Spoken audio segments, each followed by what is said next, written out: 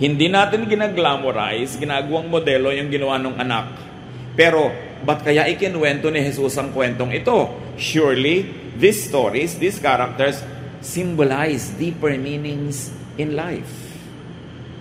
But first of all, withholding judgment for or against the son, what he did was to enjoy. Ang pag-enjoy lang sabi, wild living, and he wasted all his money. But nevertheless, nobody can deny the fact that he had fun. He had enjoyment. And no one in the story condemned this man so far. The younger son knew his father and trusted him completely. Trusted in his graciousness. Ito ang kwento.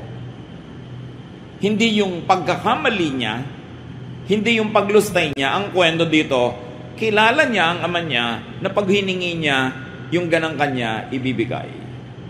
Kilala ba natin ang ama natin? Hinihingi ba natin yung nakalaan naman talaga para sa atin?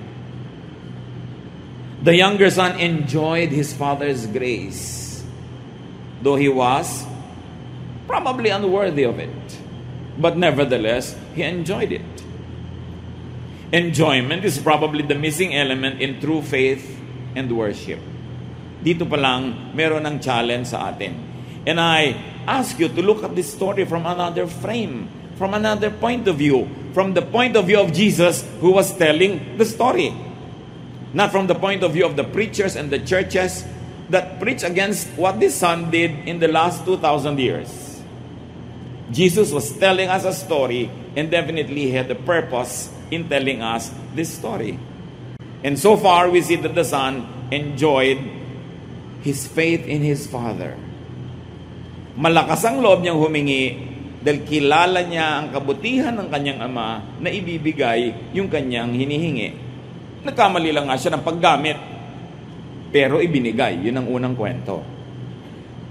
Luke 15:15-16. He went to work for a man in that country, and the man sent him out to take care of his pigs. He would have been glad to eat what the pigs were eating, but no one gave him a thing.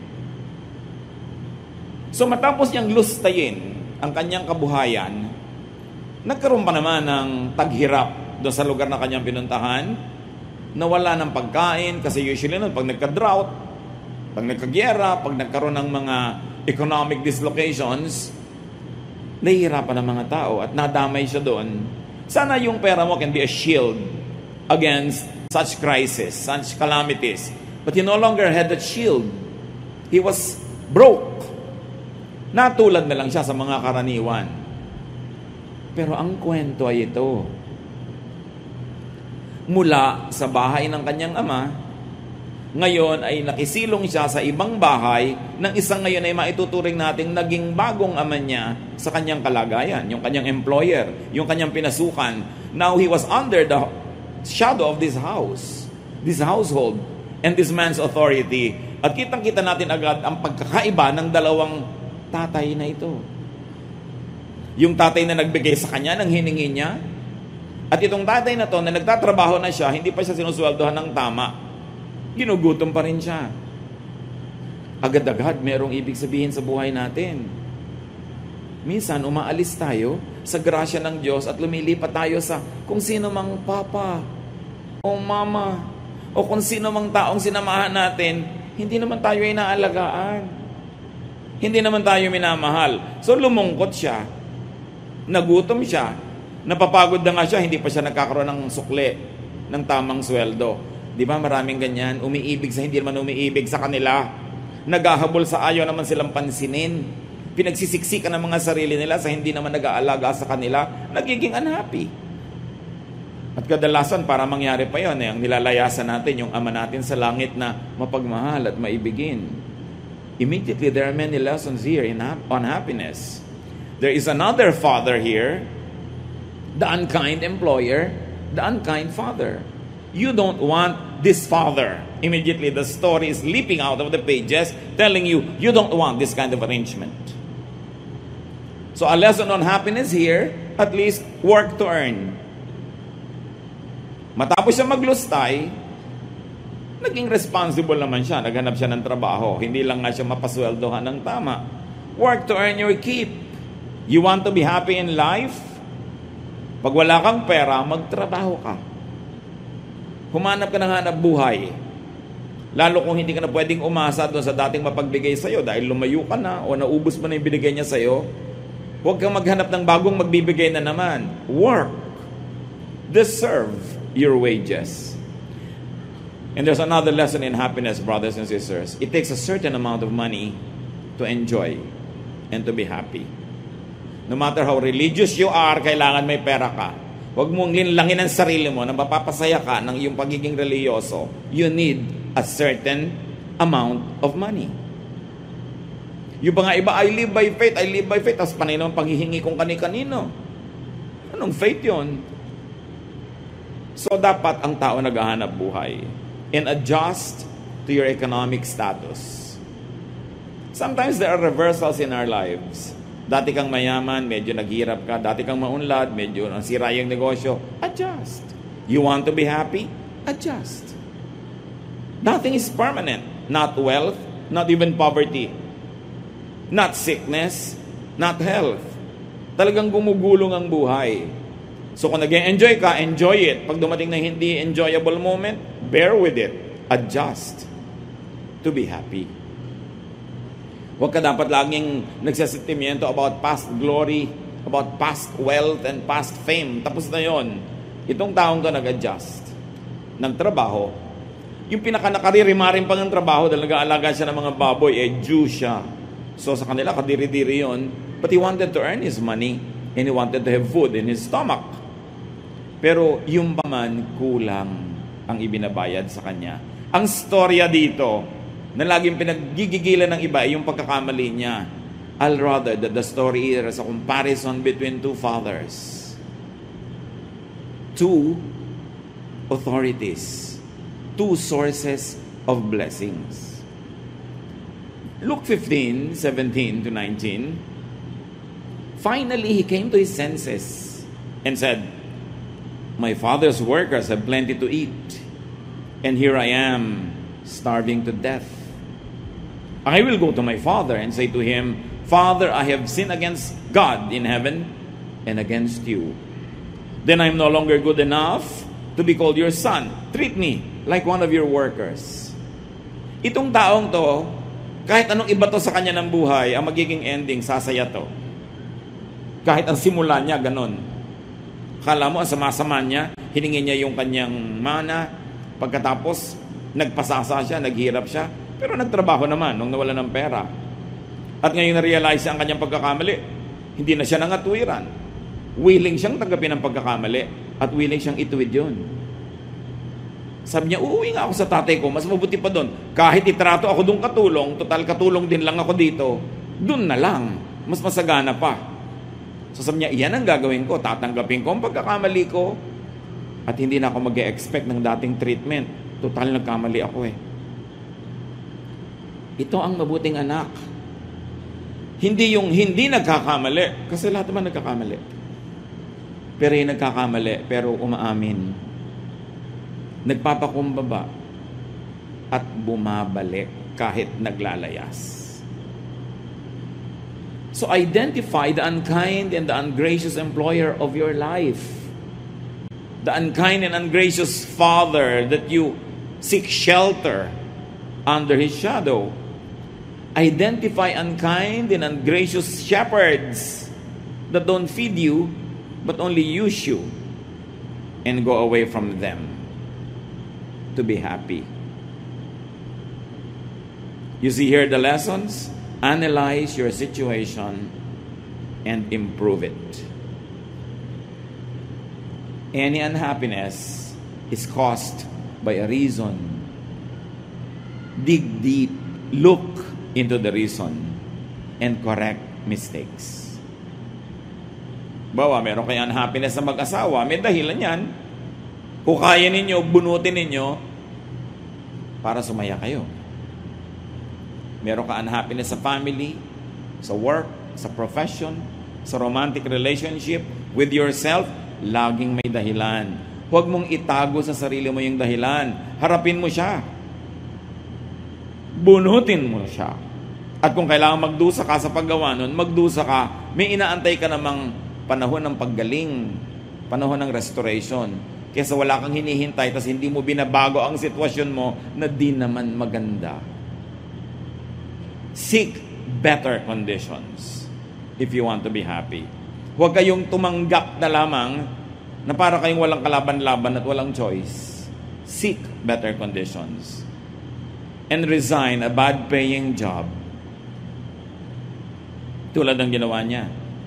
Ang dami nagre-reklamo, hindi masaya sa trabaho, edi umalis ka, maghanap ka iba. E paano po, mahirap naman maghanap. O di sige, diyan ka na lang, huwag ka na magreklamo. Hindi naman pwedeng sabay yan. Pero ginawa niya yung dapat niyang gawin. Ang laki ng risk. Kasi hindi niya alam ang magiging reaction ng father niya. Pero at least alam niyang tatanggapin siya kahit man lang katulong. Brother and sister, get out of a bad deal. Get out of an unfair relationship. Get your share of what the Father likes to give you. God wants you happy. Proverbs 6:5, free yourself like a gazelle from the hand of the hunter, like a bird from the snare of the fowler. Yan, utos yan, itinuturo sa mga taong naging garantor ng utang ng iba. Sabi, pag na-realize mo na naging garantor ka pala, alam mo ba na hindi ka malaya? Kasi pag hindi siya nakabayad, ikaw ang mapapahamak. So, huwag kang magpahinga, huwag kang matulog hanggang hindi mo nababawi ang pagiging garantor mo. Free yourself like a gazelle. Alam niyo yung mga gazelle, yung mga hayop na mga sungay, na yung sungay nila kuminsan, sumasabit sa mga tinik, sa mga siit. Pag hindi nila napawalan yung sarili nila doon, pag may dumating na hunter o pag may dumating na ibang hayop, kayang-kaya silang kainin. Kaya sabi, yan ang sitwasyon mo if you are committed to something very bad. Get out of that commitment para maging malaya ka. Sasabihin ng iba, paano naman po ako lalaya sa husband ko na ng babae, hindi tumutulong sa akin, hindi ako sinusustentuhan, di ba, kasal po kami. Yes, hindi ko sinasabing tanggalin mo yung pagkakasal nyo, pero maghanap buhay ka. Para pagka hindi ka niya sinusustentuhan, hindi ka nakaaasa. Gusto mo maging malaya, at least kung hindi ka malaya legally from that marriage, malaya ka financially. Hindi kahit ano na lang ang ibato sa'yo, tatanggapin mo dahil wala kang hanap buhay. Kailangan maghanap buhay ang tao.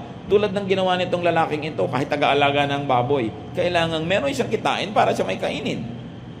Some people get into very bad marriages, really.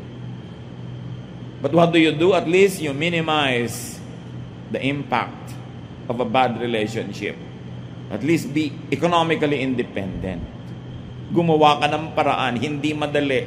Pero lalong mahirap na umaasa ka, alam mong harap-harapan na hindi ka na iginagalang, wala ka lang magawa dahil economically dependent ka.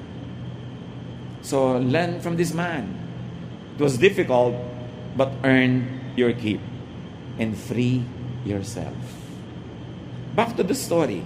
Luke 15:20. The younger son got up and started back to his father. But then when he was still a long way off, his father saw him and felt sorry for him. He ran to his son and hugged and kissed him. Ine-expect niya siguro pagagalitan siya. Ang istorya talaga dito, hindi yung anak, hindi yung pagkakamali niya. Ang kwento dito tungkol doon sa ama. Kung anong uri ng ama siya. Dahil siya yung ama natin sa langit, only represented in the story by this father. So, lesson on happiness: love those you love in spite of their antics. Learn from this father. Alam niya, hindi naman napakaganda ng ginawa ng anak niya. Nadagdagan pa ng pagkakamali. Nadagdagan pa ng failure. Pero nung umuwi, ang una niya isinalubong, love. Hindi sermon. Alam niyo yung umuwi, nagpapakumbaba, tumatanggap ng pagkakamali. Sermon ang pinakahuling kailangan nun. Dahil yung pag-uwi lang niya, pagpapakumbaba niya, daig pa niya ang nasermonan mula ulo hanggang paa. Hindi na kailangan ng additional sermon. Love your children. Love your wife. Love your husband. Love whoever needs your love. Love especially your family. And express that love. Hindi yung naaawa ka na, ayaw mo pang ipahalata dahil tinuturuan mo siya ng leksyon. Itong example na to ng tatay na ang supreme example because this is God being represented. Do not withhold love.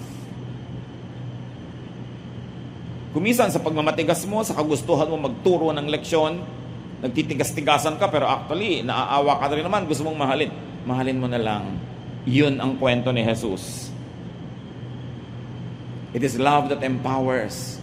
It is love that lifts us up. And it is the Father's love that gives us the security that we all need. Nagulat siguro yung anak. Niyakap siya, amoy baboy siya. Gusgusin. Umalis siguro ang gwapo-gwapo. Pagbalik niya, yagit na yagit ang dating. Ang salubong ng ama, yakap. Hindi, ano? Diba? Ganun usually ang gusto mong salubong. Luke 15:21. The son said, Father, I have sinned against God in heaven and against you. I am no longer good enough to be called your son. Realistic tong anak. Sinasabi niya, hindi na po ako bagay sa kanyang treatment. Kahit katulong na lang, ipagpapasalamat ko na. Deserve ko naman eh. So lesson on happiness, be humble. To those that you offend, to those that you wrong, especially to those that you hurt. Hindi ikaw na nga nagkamali, ikaw pa itong matapang. Ito pa itong nagtatapang-tapangan, ikaw pa itong galit. Accept the fruit of your deeds. Naku, ikaw ay anak, nagkamali, grounded ka, tanggapin mo. Nagkamali ka eh. Willing na willing siyang tanggapin na maging katulong na lang siya. Meron kasing lesson dito on happiness.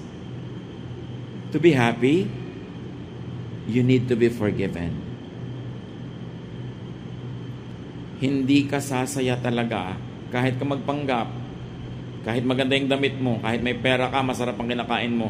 Kung alam mo na may ginawang ka ng mali tapos hindi ka humihingi ng tawad, ikaw na mismo, yung budhi mo na mismo ang magtatanggal sa'yo ng kaligayahan. You can be noisy, you can be loud, but you can never really be happy because you need to be forgiven. Relationships have to be stored for people to be happy. To be happy, you need to be restored. So huwag magmatigas, huwag mabuhay sa mali. Basta naggising, nagkaroon ng kaliwanagan agad, natauhan, tanggapin agad, bumalik, magpakumbaba. What did we get from the Son? A self-confession. It was not extracted or forced from Him. Hindi na natin kailangang pilipitin ang taong tumatanggap na nga ng mali. Kuminsan, hindi naman malakas ang loob na magsabing diretsong I'm sorry, pero dinalang ka naman ng pakwan, yun na yun. Ginawang ka ng kape, inalo kang kumain, yun na yun, kunin mo na lang yung essence, huwag mo na siyang antaying lumuhod pa, magsabi pa ng I'm sorry. Marami namang paraan ng pagsasabi nun eh. At hindi lahat ng tao kayang diretsahan na sabihin yun. Meron silang ibang paraan ng pagpapahiwatig. Appreciatein na natin yun. At padaliin natin para sa kanila ang paghingi ng tawad. Huwag na tayong masyadong maging unreachable. Para pare-parehong masaya. Because to be happy, you not only need to be forgiven when you are the wrongdoer, you need to forgive. Bawat galit mo, lalo sa mahal mo sa buhay, nagpapalungkot yun sa'yo. At kuminsan, hindi mo yun masyadong nare-realize, hindi mo lang alam kung ba't hindi ka masaya, bakit may kulang. Ang kulang pala pagpapatawad. Remember, nagpatawad yung ama kahit hindi humihingi ng tawad yung anak. Matalinong ama. Paano nga naman kung paglapit hindi naman humingi ng tawad? Alam ba naman ng ama yung purpose ng anak sa pagbalik? Bumalik na gusgusin, bumalik na mabaho. Paano ka sasabihin pala nun? Dagdagan niyo pa yung binigay niyo sa akin. Kulang. Hindi naman alam ng ama eh. Pero inunahan niya yung anak niya, pinatawad niya agad. Pinadali niya yung pagpapatawaran. Padaliin nyo na lang. Lalo't anak nyo, magulang nyo, kapatid nyo. Mahirap naman na magpanggap tayong baliwala sa atin na may mga broken relationships. Hindi yun totoo. Iniinda natin yun. Tanggapin na lang. Paluwagin, padaliin ang buhay. So habang nagpo-protest pa yung anak niya sa ibinibigay na VIP treatment, nakinig ba yung tatay? Sinabi mo, kita mo na, sabi ko sa iyo. Walang ganon. Luke 15:22-24. But his father said to the servants, hurry and bring the best clothes and put it on him. Give him a ring to his finger and sandals for his feet. Get the best calf and prepare it so we can eat and celebrate. This son of mine was dead, but has now come back to life. He was lost and has now been found. And they began to celebrate. Grabe yung mga symbols. The best clothes, which means you have a very high status. A ring, which means you are a prince of the kingdom or of the house. Sandals, which means you are a master, because the servants never wore anything on their feet. Diba? At hindi lang basta kung ano-ano ipinahanda, yung best. Alam niyo yung mga may kaya nung araw, maski pa nga yung hindi masyado may kaya, basta na ipipilit nila, may inaalagaan silang special animal na kakatayin nila lang pag merong super great event. Parang sa Europe, ang mga pamilya may itinatagong wine, very good wine, excellent wine, na pag dumating yung pinaka-esteemed guest nila, yun ang ilalabas. May ganon. Yun ang ipinalabas ng ama. The best reception for this son. How to be happy? Love lavishly. Magpakaluho-luho-luho kayo sa pagmamahal. The best lahat ang inilabas. And the point is, hindi naman deserving yung bibigyan. Hindi ka naman nagbibigay dahil deserving siya eh. Nagbibigay ka dahil loving ka. It's you, not the other person. Kaya masaya tong tatay na to. Natuwa siya, hindi niya ikinubli. Nag-celebrate sila, extreme. So love lavishly and love people more than things.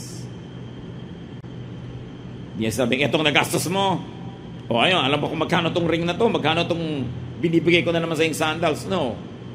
Sa tatay, lahat ng yon baliwala compared sa pagpapasaya niya sa kanyang anak at sa kanyang sarili. Kasi nahihirapan din naman yung loob niya na magkalayo sila. Mas masayang magmahal kaysa laging magmoralize. Laging magbigay ng lesson, ng disiplina, ng parusa. Yung mga bahay na sobra ang discipline, panglabas lang yung ganda nun, pero hindi yun masaya. Aminin. Kung minsan nga sobrang disiplina, hindi mo alam kung palabas sa kapitbahay para walang masabi ang kapitbahay, pero masaya ba?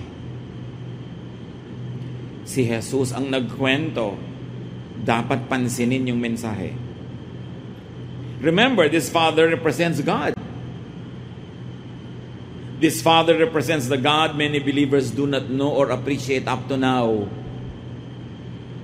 They focus on the sin of the son and not on the grace of the Father, which is the real story. Tingnan natin ngayon kung bakit gano'n ang pananaw ng iba sa Diyos. Kasi yung isang anak, gano'n ang pananaw niya sa tatay niya. Luke 15:25-32. The older son had been out in the field. But when he came near the house, he heard the music and dancing. So he called one of the servants over and asked, "What's going on here?" The servant answered, "Your brother has come home safe and sound, and your father ordered us to kill the best calf." The older brother got so angry, and he would not even go into the house. His father came out and begged him to go in. But he said to his father, "For years I have worked for you like a slave, and have always obeyed you. But you have never even given me a little goat so that I could have a dinner with my friends. This other son of yours wasted your money on prostitutes, and now he has come home, and you order the best calf to be killed for a feast. Ito yung relihiyosong anak. Laging correct, laging proper, laging galit, ayaw sumali sa sayawan, sa music, napaka-separatist. Ganon siya dahil hindi niya kilala ang ama niya. Akala niya kailangan niya lagi mag-sacrifice para matuwa ang tatay niya. Kailangan niyang timpiin ang mga kaligayahan niya. Kailangan niya lagi magtipid. Kailangan niya laging sikilin ang kanyang nadarama, pati ang gusto niyang kasiyahan. Pero, nagustuhan ba ng tatay niya yung ganon? Kitang-kita niyo sa trato. Ginad siya agad ang kapatid niya. Sabi niya, he wasted his money on prostitutes. The verses never told us that he did that. Sabi lang, wild living. Pero meron na sa agad na buong ideya kung anong ginawa ng kapatid niya. At ginudge na niya, ito yung mga relihiyosong tao. Laging nasa simbahan. Laging correct ang damit. Laging tama ang behavior. Pero judgmental. Pero hindi nag-e-enjoy sa buhay kasi hindi nila kilala ang Diyos. Akala nila ayaw sila ng Diyos na mag-enjoy. Akala nila gusto ng Father in Heaven. Lagi sila nagtitiis, nagdurusa, naghihirap, serve ng serve. Pero yun naman pala, masama ang loob. Yun naman pala, kinikim-kim yung kanilang mga hindi nagawang party. Sabi, nandito ako lagi, serve ng serve. Ni isang maliit na kambing dyan, hindi wala ko nabigyan para mag-party. Yung anak mo na yan, kung ano na pinagagawa sa buhay, best animal pa ang pinagpiesta sa kanya. Di ba ganyan? Mga legalista, mga moralista. Laging parang tama. Pero hindi sila sapat na tama sila. Kailangan sila lang yung tama. These people are not happy being righteous. They have to be self-righteous. They are not happy just being holy. They have to feel holier than others. Ito ang dalawang mananampalataya. At ayun yung Ama na Diyos sa langit. Yung isa na hindi ganun kaligalista, pero kilala niya na ibibigay sa kanya at kilala niya yung Ama na patatawarin siya. Sa palagay niyo, sino sa dalawang anak ang mas malapit sa loob ng magulang? His father replied, verse 31, "My son, you are always with me, and everything I have is yours." Parang sinabi lang na tatay, sino may sabi ba sa'yo na huwag kang magpiesta? Ayan naman lahat, nandyan. Ba't di mo ginamit? Lagi kang pa-perfect dyan. Lagi na lang may utang na loob sa'yo ang Ama dahil hindi ka nagsasaya. Andyan lahat Everything I have is yours. What's your problem? Kita mo, hiningi ng kapatid mo yung share niya, binigay ko. Ba't di ka humihingi? Sino sa palagay nyo ang mas nakakakilala at mas nag-a-appreciate at magmamahal sa Ama? Yung younger son o yung older son? Sabi niya, but we should be glad, the father said, and celebrate. Your brother was dead, but he is now alive. He was lost, and now he's been found. At kung pwede lang idagdag dito, yung unsaid, you have always been here, but you are not really here. Like your brother, you were also dead, but now he is alive. You are still dead.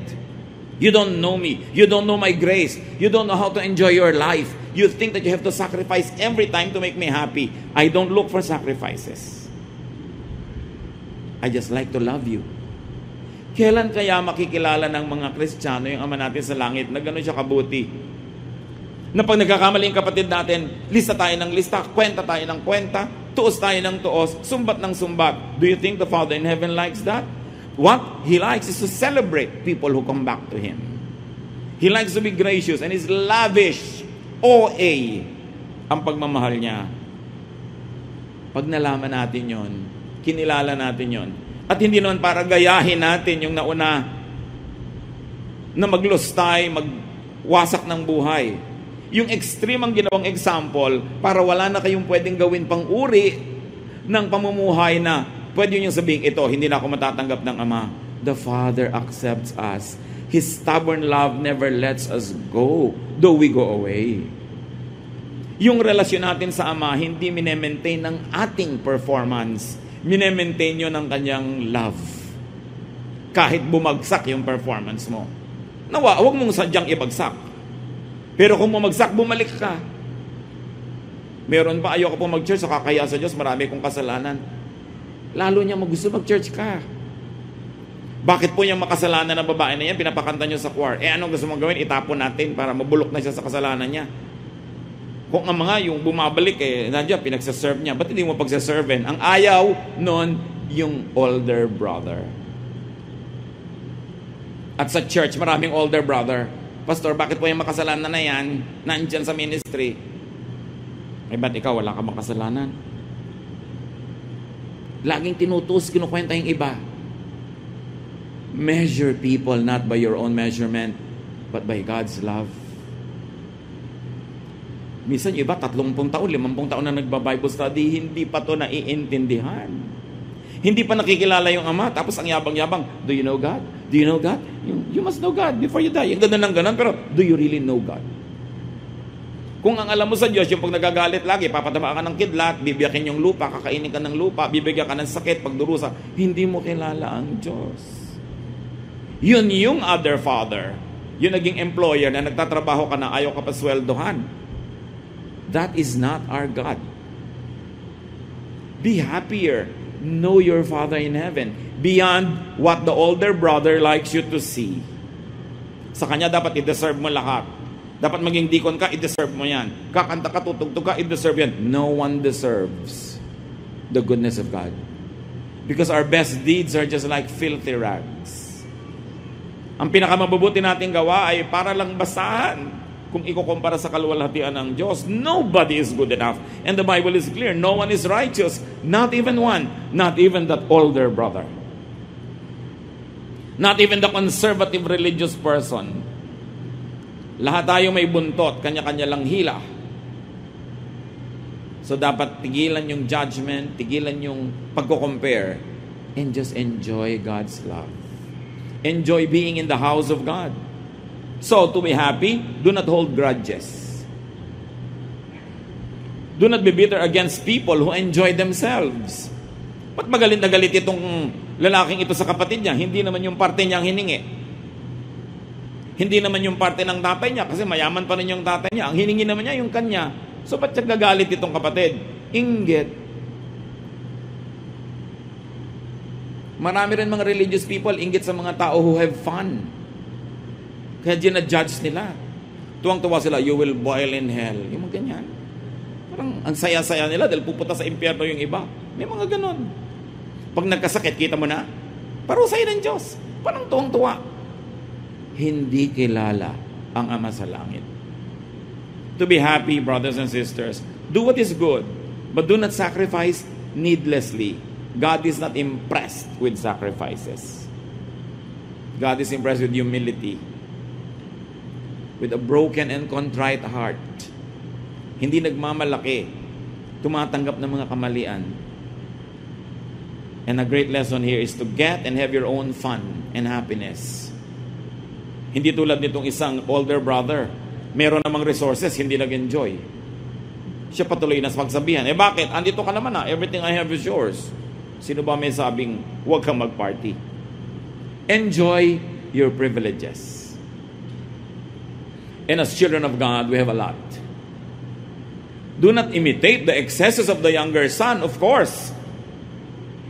But remember, the father did not raise an issue against the younger son. Kahit ano pang ginawa ng anak na yon, hindi niya kayang ubusin yung pagmamahal at kayamanan ng kanyang Ama sa Langit. Si Jesus ang nagkukwento, anong uri ng Ama sa Langit ang gusto ni Jesus na makilala natin? Yung amang mabait, mapagbigay, mapagpatawad. The younger son actually had his cake and ate it too. Mapalad kasi mabait ang magulang. Hindi dahil deserve niya. This is the Father's grace. And this is the story. The story is not the mistake of the younger son. The story is the endless love of the Father. Focus on that. And the lesson is, of course, for fathers to be gracious.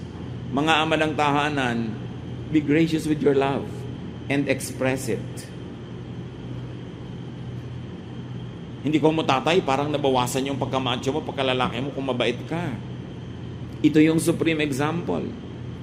The lesson is for fathers to be gracious, not for younger sons to be abusive. Don't get that wrong.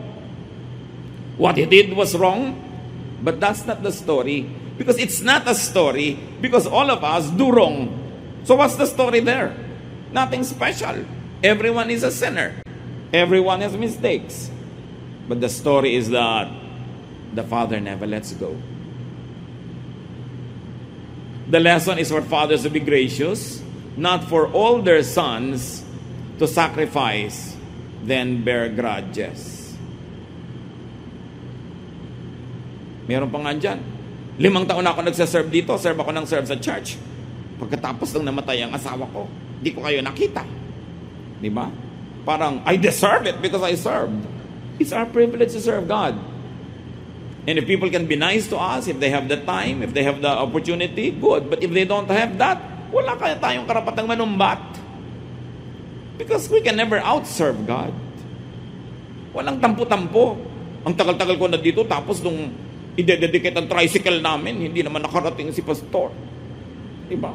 Yung may mga tampo-tampo, walang ganyan-ganyan. Kasi lahat tayo nagtutulong-tulungan. Kasi lagi ka lang magagalit. May dumataang hangin, pinagdaramdam mo. May kasama ka ng loob, ang dami-dami mong dala. Paano ka sasaya? Kailangan tanggalin lahat yan.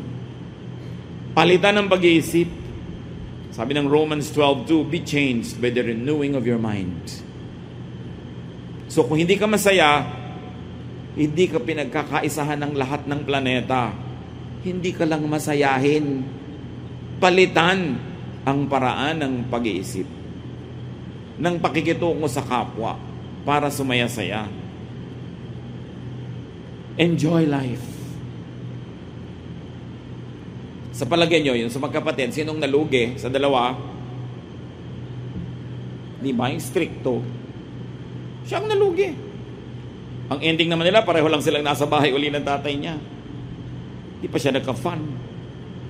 I'm not saying kopyahin natin buong-buo yung ginawa nung isa. Pero ang point is, hindi siya nangimi na mag-enjoy kasi alam niya mabait ang tatay niya. Pero yung kalabisan na, syempre, hindi na natin dapat kopyahin yun. Be thankful for the Father's lavish love. Do not sacrifice all the time. Yung mga ate-ate na sobrang magsakripisyo para sa mga kapatid, niyayaya kayo ng nobyo yung magpakasal pero ayaw nyo pa dahil may pinapaaral pa kayong kapatid. Tapos ang gumraduate na yung kapatid nyo, pagka-graduate nag-asawa. Eto kayo ngayon, si Tenta na, wala pa kayong BF. Naalala naman kaya kayo ng kapatid nyo nung hipag nyo. Ibig sabihin, yes, be nice, be good, but don't always sacrifice. And do not sacrifice your own dreams for the dreams of other people. Kahit kapatid nyo siya.